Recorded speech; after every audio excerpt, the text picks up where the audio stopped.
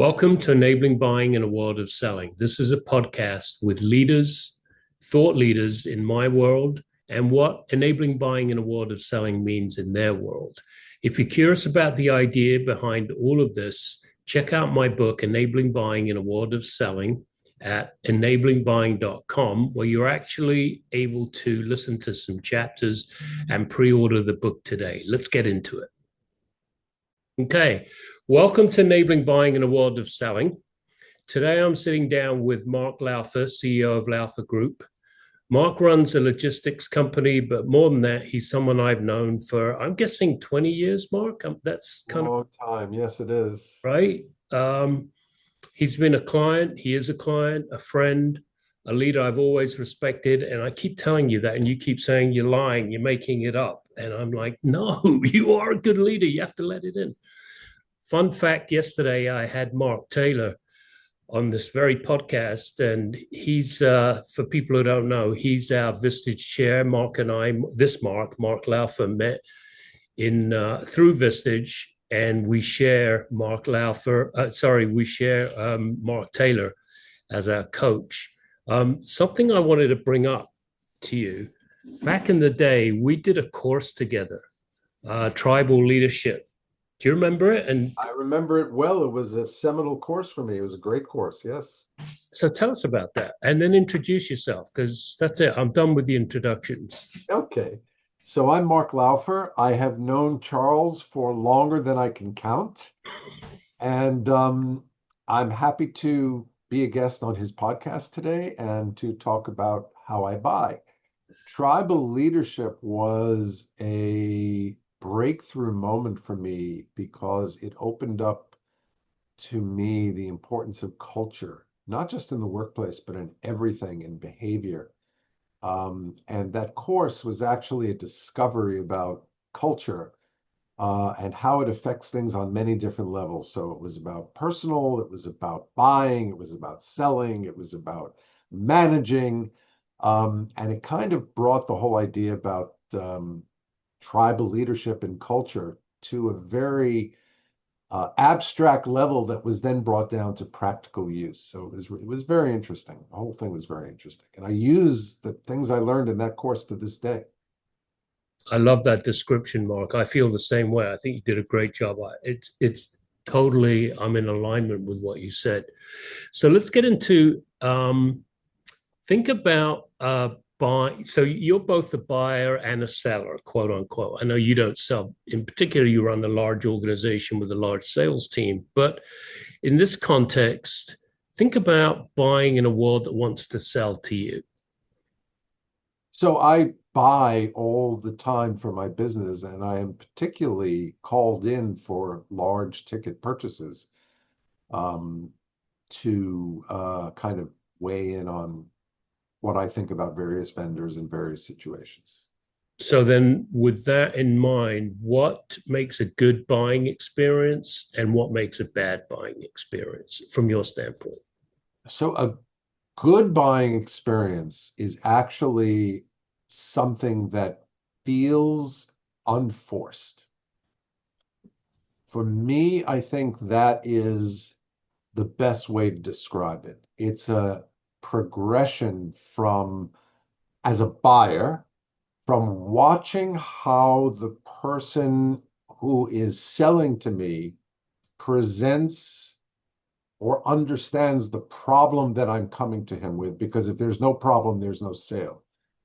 And the way that they respond to my definition of the problem is to a large extent determines how what I do with that person, if I like buying from them, if I don't like buying from them, if it's useful.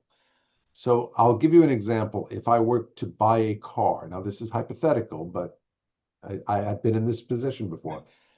If I buy a car and I walk into to a car salesman, and the car salesman immediately hits me with information that is completely irrelevant to me, like, oh, let me tell you about our daily specials. And let me tell you about the cars that we've got these huge discounts on. I'm pretty much out the door because the guy doesn't know what kind of car I'm looking for. He doesn't know what my personal situation is, if I'm price elastic or price sensitive. He doesn't know what the use of why I'm buying the car, what I'm going to use it for. He has accosted me with information that is completely self-interested to him and completely irrelevant to me. Now, contrast that with walking into a car dealership and having a car dealer who shakes my hand, looks me in the eye, and says, "So, what brings you to the store today?" Now I've got a completely different on-ramp. Now I've been invited to explain to him why I'm buying a car at this particular moment, what I'm looking for, what problem I'm trying to solve. Let's be honest, if I'm looking for a family sedan to cart kids back and forth to school, that's going to be one type of sale. If I'm looking for a pickup truck because I live in the country and I need something to take stuff back and forth from Home Depot, that's a different kind of sale. And if I'm looking for a toy, it's my 60th birthday and I want a convertible, that's a completely different kind of sale. So I think that if you apply that rule to sales in general, to buying in general, that's kind of how I look at the buying experience. And it's pretty consistent regardless of what it is I'm buying. So for me, I heard two key themes. One theme is the experience. What's it like to feel that something's forced versus not forced? And then the other thing was relevance. Like, this person needs to be relevant, right? Now, in both situations, so I'm going to push it up a level, if I may. Still keeping you in that role of buyer for now, but even in that second, actually in the first and the second experience, one's experience, one's relevance, we're dealing with people like a salesperson. And as I'm sure you'll agree, the world is evolving pretty fast. And people are buying, not always, in fact, probably more and more, not from people, but from selling organizations, and how that selling organization presents itself either through some marketing message or through some social media, or you name it, right? It's not necessarily a dialogue with another human being. Have you been in that situation? And do you see buying kind of can be, the two things you talked about, the experience and relevance, carrying through in different mediums as opposed to dealing with the person? Absolutely. I mean, Apple is a perfect example of that. If you look at Apple's ads, they're actually rather strange by traditional marketing standards because they don't really sell you anything. There is people dancing, looking cool, they're on skateboards, and in most Apple ads, you don't even know it's Apple until the end when they hold up an Apple phone or the Apple logo appears. But you're just getting this palette of emotions, coolness, suaveness, upscaleness. And it's that lack of pressure that attracts people, because you always want to be part of the club that's not asking you to join. Nowhere in any Apple ad I've ever seen has there been a pitch to buy Apple, as opposed to other phone companies, which generally focus on buy one, get one free, or we have the best features in the industry, or check out our new fancy dancy widget, or everything that Apple does, we did first. Nobody cares about that. Everybody in China who is of means will buy an Apple phone. Everybody who wishes they had an Apple phone but don't have the money for it, they buy Huawei and various other Chinese knockoffs. But anybody who is you will not meet a businessman in China who does not have an iPhone. There is a reason for that, and it's not because iPhones are actually so much better than the Chinese phones. It's the imaging, it's the image, it's the feeling that they transmit.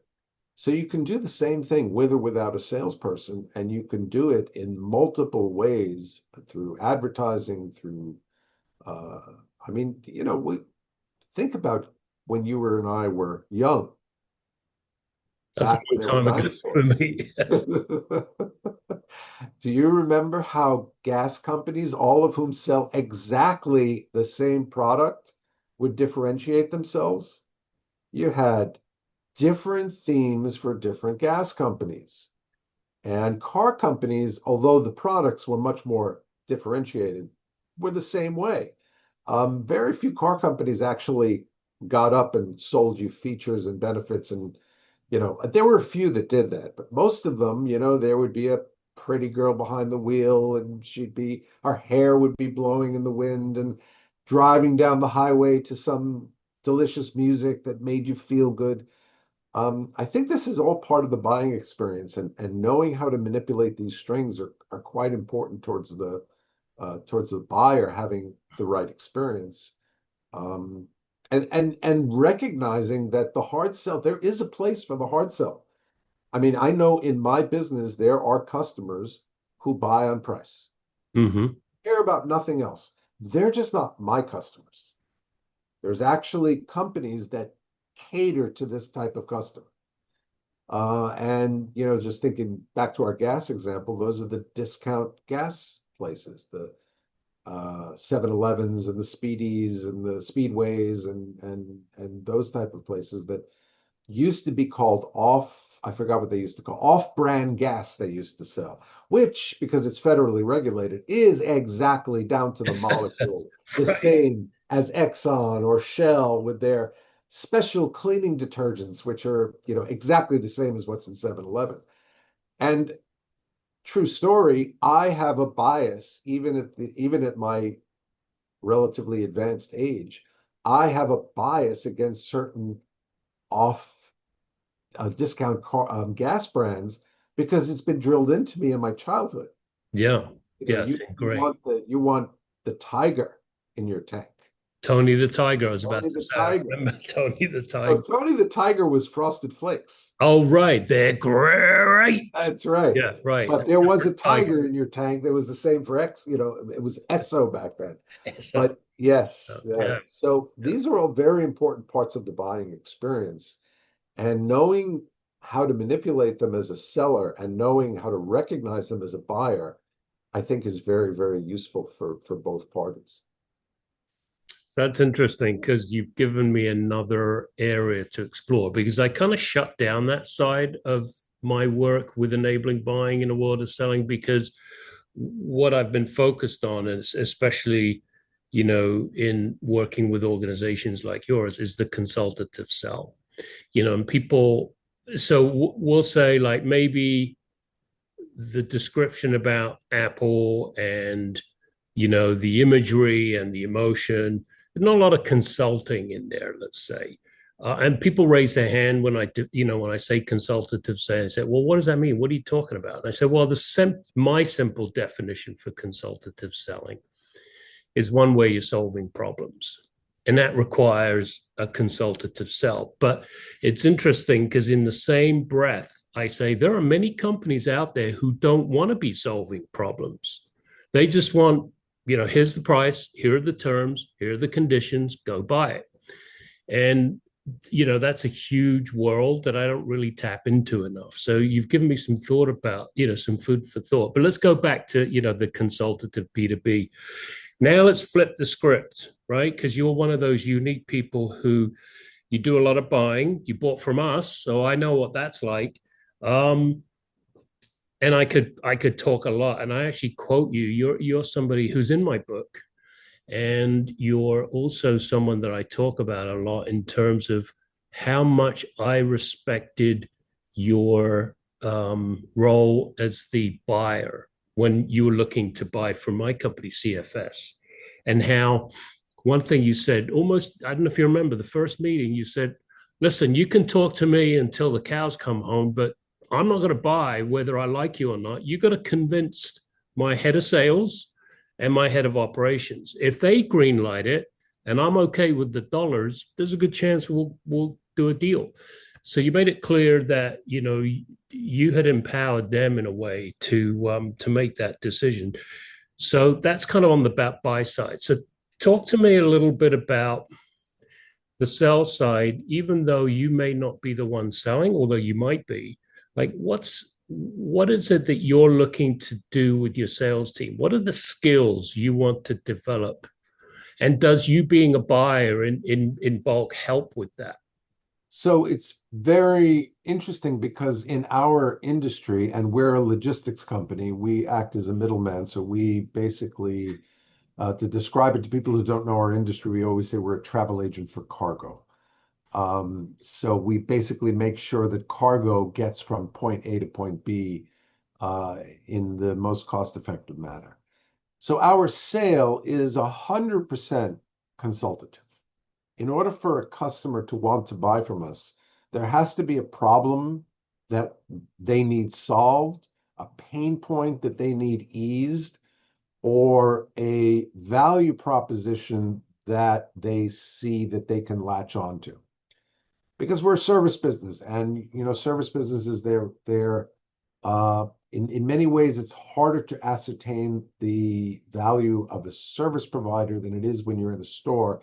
You could look at a shirt on a rack and say, I like it, I don't like it. You can touch it and say, oh, this is high quality, it's good fabric, or you can say this is cheaply made, it's not going to last. And your decision comes from actual product that you're looking at. In a service industry, it's really not that way. And my buying from you, Charles, was a perfect example of that.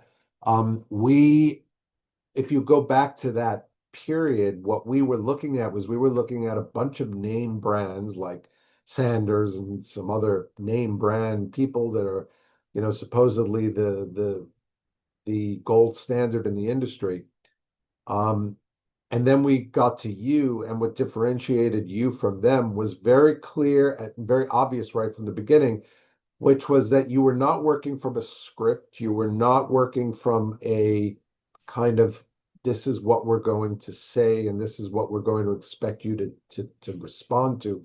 It was a question, and it was a master lesson in probing questions, in which you basically figured out what our pain points were and then spoke to how you could fix them. And that led to a aha moment when, everybody's been in this moment with salespeople where the salesperson is talking about their product, and then you go, aha, oh, wow, I could turn the air conditioner off and on remotely. Oh, so that means I don't have to walk into a hot house when I get home and wait 5 hours for it to cool. I could push the button 5 hours earlier and come home and everything's wonderful. And that's what sold me on a Nest Learning for a thermostat. If you think about, at one time, that was revolutionary. $250 for a thermostat. What are you, out of your mind? Until I found out that I could turn my AC on whenever I wanted to, from wherever I wanted to. This was a real world problem for me because we would come back from Pennsylvania. We have a house in Pennsylvania. We would come back in the summer late at night on Sunday with two little kids, and the house would be 93 degrees. Now, yeah, you turn the ACs on and it cools down, but it cools down in about 4 hours. And this was like, wow, there's this new thing. It's $250. It's very expensive, but wow, I'll never walk into a hot house again. Now, that's an example of a product kind of answering a need that you never really thought about because there was no solution for it. And in our industry, a lot of what we do is trying to get to that moment when there's not something that clear that you can kind of put your finger on. I mean, when you reach that aha moment with a remote thermostat, it's life-changing. Now, when you're talking about moving cargo, a lot of times you're dealing with much more subtle issues. like communication, like the way you receive information, like the way they're getting it from their current vendor, like problems they don't know there's a solution for. So we have a visibility platform that's very unique to us. And when we show customers, particularly smaller customers that aren't that sophisticated, they go, oh, wow, this is really something. I never knew this, that I could get my information this way without actually calling somebody.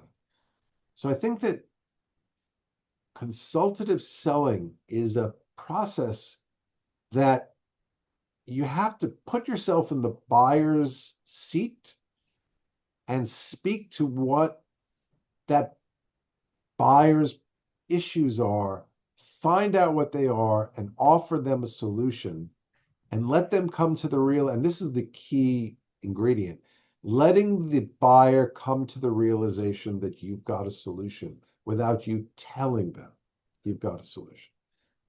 Buyers want to figure out for themselves what it is they want to do. They don't want to be told. They want to be able to figure it out for themselves. So if you present an answer to a problem that they recognize they have, you're going to get a very positive response. I love that. So much there, but we have limited time. I want to kind of like throw out one other part that I think people struggle with. And for lack of a better term, I'm going to call it revenue generation at scale, right? So you and I could be working together and you could say, Charles, here's how you sell, and here's some techniques. And, I know a Sandler trainer, go talk to that person and you'd be good to go. That's not what I mean when I say selling at scale. What I mean is when you have a CEO and then you have a management team, and they may have managers underneath them, like you do. You have a fairly sophisticated management structure. You have branch offices around the country, ports of entry around the US, and you have a sophisticated structure within each of those. So now here you are in New York, you're the CEO, and I imagine, because I know you well enough to make this statement, that you are always wondering what's happening on the front line, right? What's the message that my buyers are getting? Are they getting it, from the salesperson, from the logistics operations person, from the pricing person, you name it? Help me understand, what is that like? Like, how can you take this way of articulating or presenting the value proposition, like you said? Because the way I heard what you said is very intimate, right? I sit with you, I ask you questions, you're like, wow, you're telling me things I hadn't thought about. That's the conversation. But on a mass scale, how do you get that ingrained into the people who you may not meet directly for a long time, like your salespeople, maybe at an annual conference or a town hall or a Zoom call? Hey, everybody, Monday morning, getting the whole team together. But tell me about what's that like? What's that like to help get those skills and that value proposition in the hands of the people that use it? So there's two types of salespeople. The first one are easy. Those are the ones who naturally get it. Those are consultative salespeople who naturally get it. And for those people, you kind of leave them alone and let them do their own thing because they already get it. And then you kind of work on technique. For the people who are just hound dogs, I call them hound dogs. They just want to go in and they sell. It's really like, keeping with the hound dog analogy, it's like training a dog. You got a dog and he's so excited to see you that he starts, pushing and biting and nipping your hands because he wants that treat and he wants that affection. You have to train that out of them. And I think that what we try and do as an organization is we try and create a tiered coaching layer that will identify this behavior and train out of it. And sometimes salespeople don't survive, not because they're not good salespeople. Sometimes they're too good. which means that they're too much in the realm of aggressive, go get them, do the talking, not the listening. We had a sales guy like that once. He was a great sales guy. He was very empathetic. He had one major problem in the whole sale. He never stopped talking. Never stopped talking, no matter how many times you would tell him, you have to listen. You're there to unearth information. You're not there to impart information. He wouldn't stop talking. He wouldn't stop selling. And he couldn't figure out why he could never close a deal. And I think this is probably an example of the biggest danger that you face with salespeople who just naturally, they're so aggressive. They just want to go and they want to sell. And recently I heard a story that illustrates this really, really well. The story is about Ohtani, the great baseball player.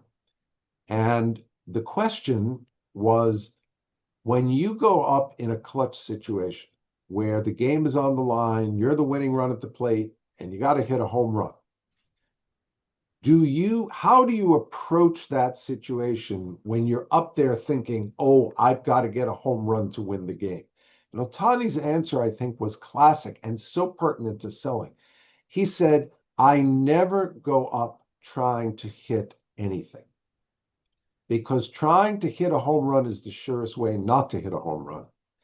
All I do is try and create the conditions to have a quality at bat and let the rest take care of itself. Beautiful. Wow. And if my salespeople would do that in their sale, it's like baseball. You're not going to hit 1,000. There's only going to be a certain number out of 100 people. There's only going to be a certain percentage that's actually going to say yes. But your chances of getting to yes expand so dramatically when you simply allow yourself a good at bat and you don't try too hard, you don't push too hard, you don't impress too hard. If the conditions are right, the sale is going to happen by itself.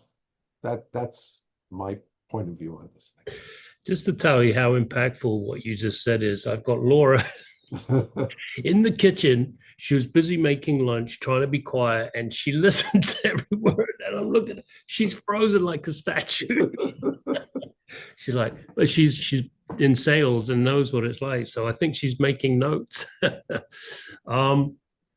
Really, really powerful. No, I mean that. Like, so you've always been so great at just isolating in language things that we can access, right? Meaning, but I have a challenge for you. Yes, sir.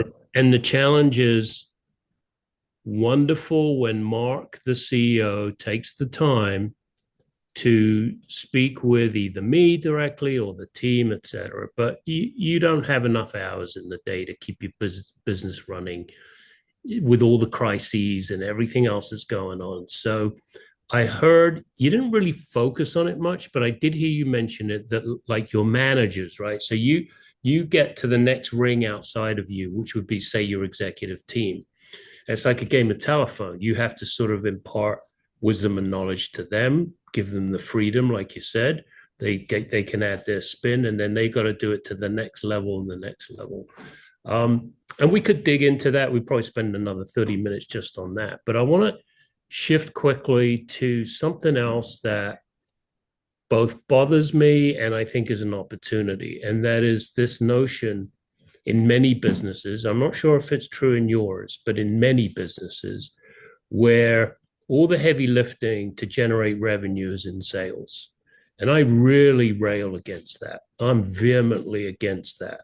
Meaning, I'll give you my story, my analogy. During COVID, a lot of people were really on the ropes. And I can tell you, Mark, that I noticed people with glee as the company's going down in flames saying, and I go, what happened? Why are you guys heading into bankruptcy?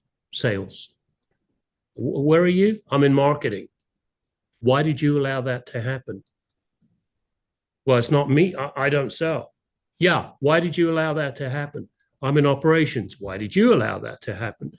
So my whole idea is, and again, I'd love to hear this from you as the leader of a sophisticated company.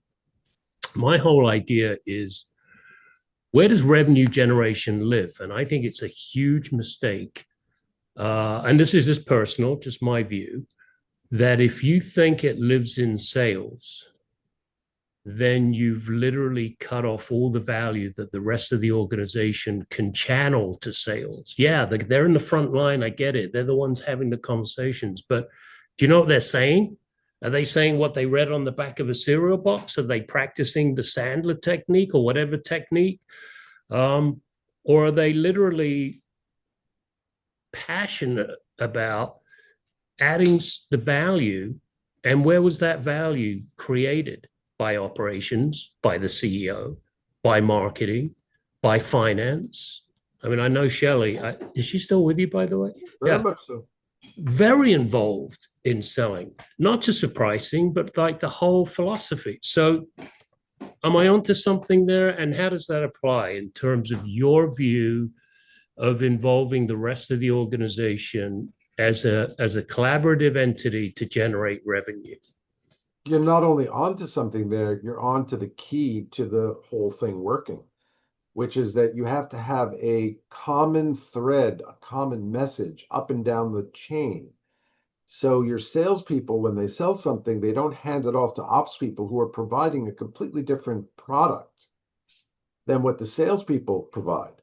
And I just had this situation with a heating company where I got a quote from the salesperson, and then I got we'll call them the ops people, the admin, the ones who actually schedule the water heater it was a water heater that I was replacing to come in.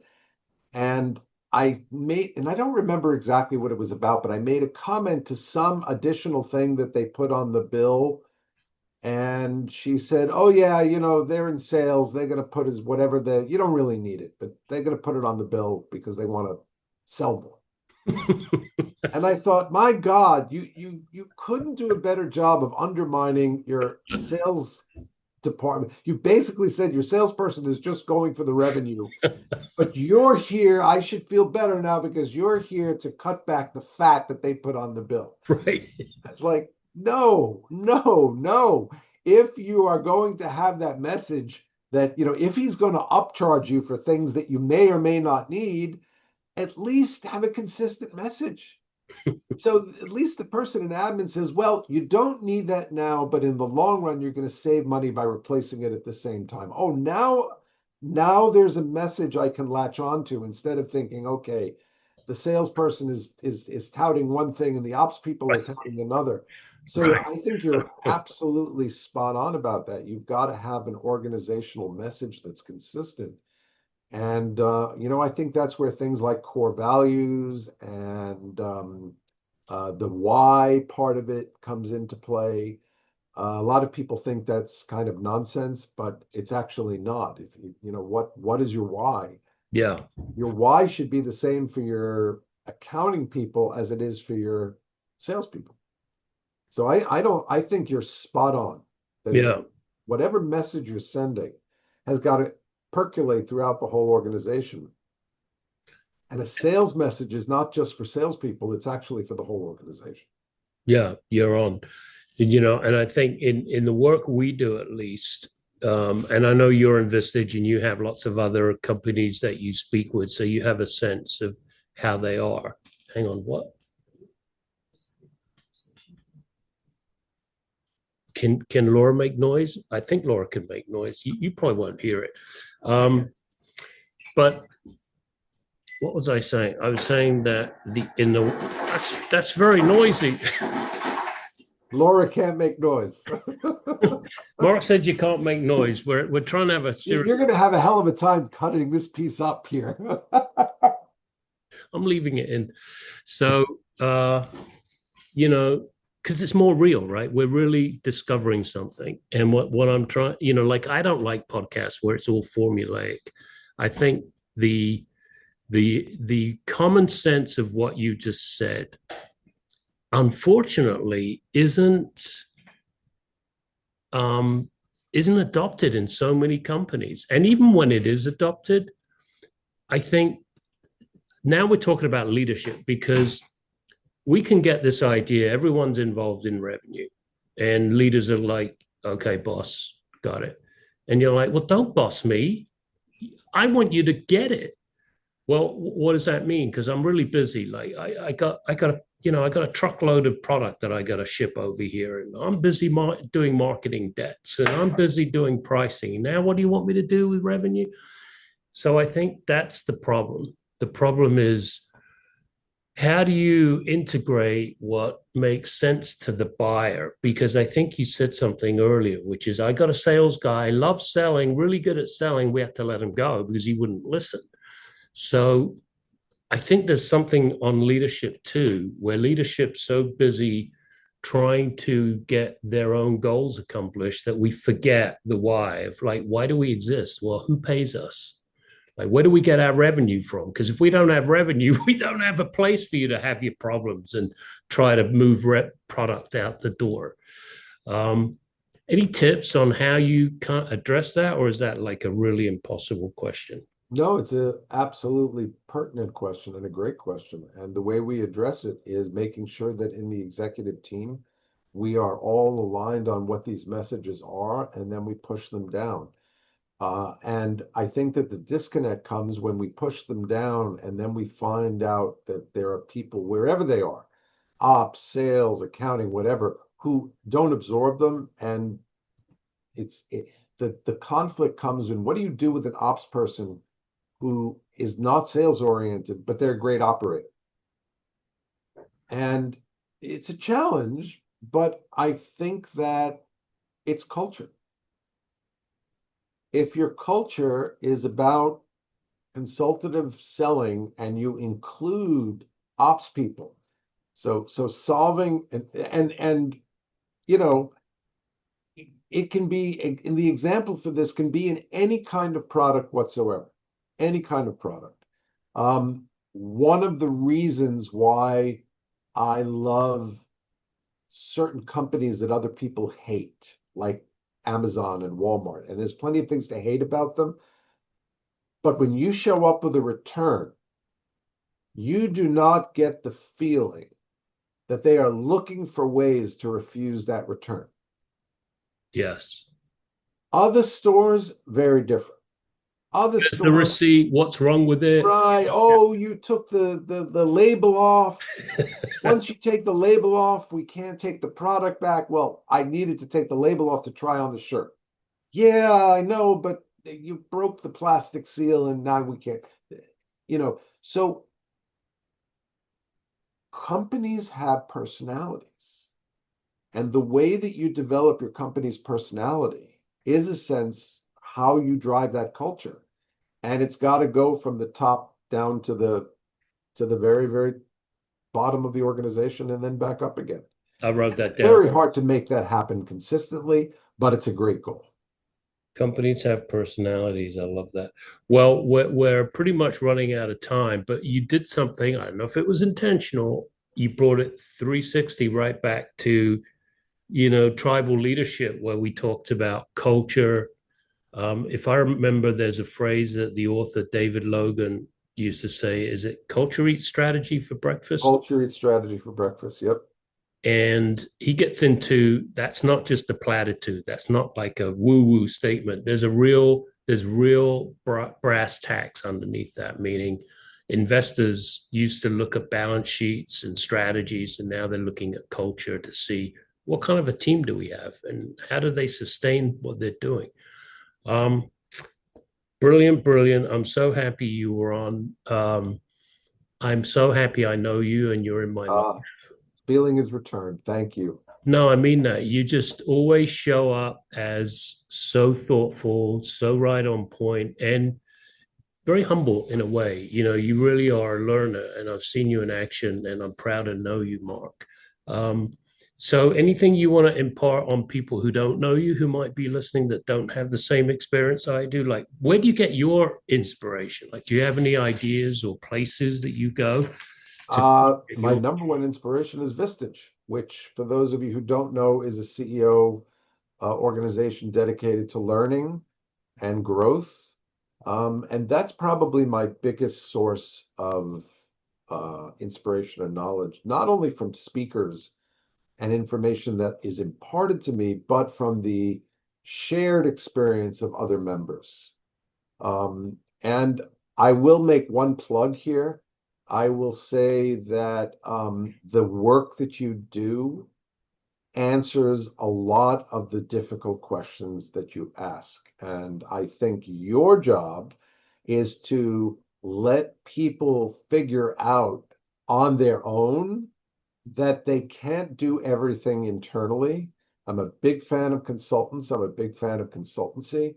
I think that outside eyes do wonders for an organization. And if you want to solve these problems and get people, then go find a consultant to help you do it and listen to them. That's the trick, right? Find That's them the is trick. one thing, but like they'll give you the medicine, but you got to take the medicine. Love Yes. it. Well, as usual, such a pleasure, Mark. Same here, Charles. Let's say farewell for now, and we'll talk soon. Okay. Thank you very much. Thanks for listening to Enabling Buying in a World of Selling. Real talk with people who are really interested in this concept. Again, as a reminder, please go to enablingbuying.com where you can listen to some sample chapters from my book. And if you're interested, you can pre-order a copy for yourself. Looking forward to seeing you soon. And in the meantime, please enable good things.